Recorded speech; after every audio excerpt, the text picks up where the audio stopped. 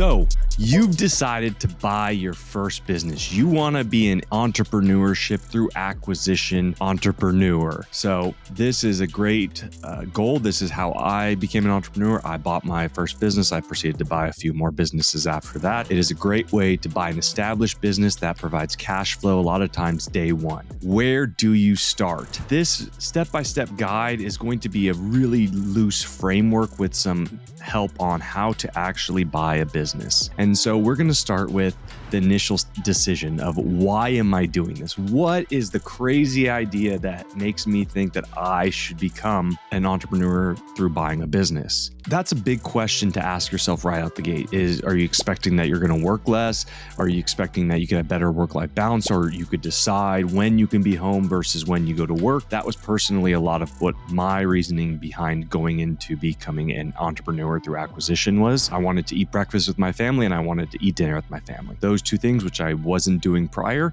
Now I have the ability to make sure I'm there in the morning and make sure I'm home at night. That being said, there's been plenty of mornings where I'm working from 4 a.m. to 6 a.m. Maybe not different from your current job, but for entrepreneurs, that is a big portion. You are going to be working more, but you get to choose the hours. So for you, the decision needs to be, why am I doing this? Because that will actually affect what kind of business you choose.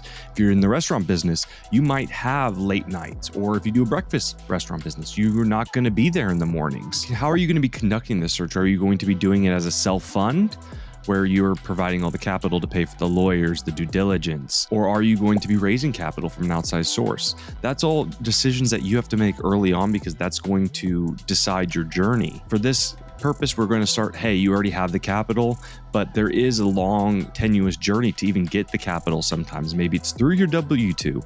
Maybe you're still working, which I highly recommend, because this search can take 2-3 years to find the right business, because that's the key you'll get throughout this, is you want the correct business for you. You want the right business. You don't want to buy just to buy, because the next 10 years of your life are going to be dictated by this. So make sure you buy right. Make sure you buy the right business in the right industry for you.